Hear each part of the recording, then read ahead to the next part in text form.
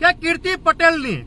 મિત્રો અમુક લાઈવમાં બોલી કીર્તિ પટેલ કે આપણે ખજૂરભાઈ ભેગા જે સોમા કાકા હતા કે સોમા કાકાને કાઢી મૂક્યા, સોમા કાકાને પગાર નથી આપ્યો.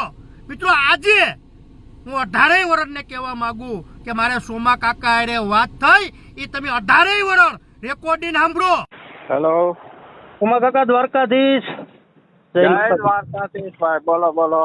લાલો આહિર વાત કરું કાકા, ગીર બાજુથી. હા લાલભાઈ આહિર ઘણી ફેરે ફેસબુક પર જોતા આવ્યું છે ક્યારે. બરાબર કાકા, એમાં એક વાત કરવી હતી. તમે ખજૂરભાઈ ભેગા કામ કરતા ને?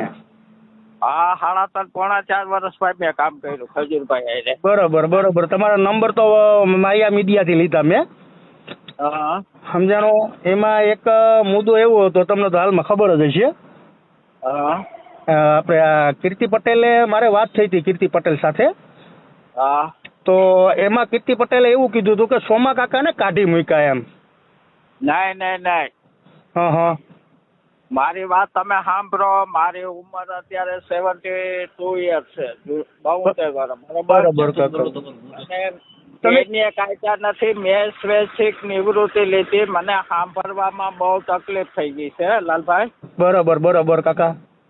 અને એથી વધારે હું જયારે નાનો હતો ને, અમારે ગામમાં ઓલી આંબલી હતી તે કાચરા પાડવા ગયો તો તે કઈડમાં લાગ્યું હતું. એ અત્યારે મને કઈડ દુખે સમજ્યા, એટલે હું કલાક કે 1.5 કલાક બેસી ન શકું.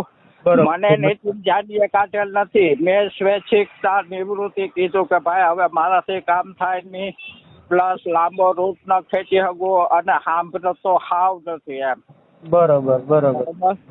એટલે એ વાત છે ને પાયા વિહોણી છે. બરાબર. હા, એટલે એ રીતના એ કે મને કીધું હતું કે મને કે કીર્તિ પટેલ એવું કીધું હતું કે ભાઈ કે બધું કે મારી પાસે પુરાવા છે કે સોમા કાકાને કે પગાર નથી આપ્યો, એને કાઢી મૂક્યા, કઈ પૈસા નથી આપ્યા.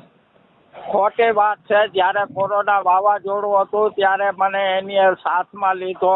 એ સિવાય મારી સાંભળતો નહોતો તે અમે ભાગતી હતા ત્યાંથી 4 વ્હીલ લઈને મને અમરેલી દવાખાને બતાવવા લઈ જતા.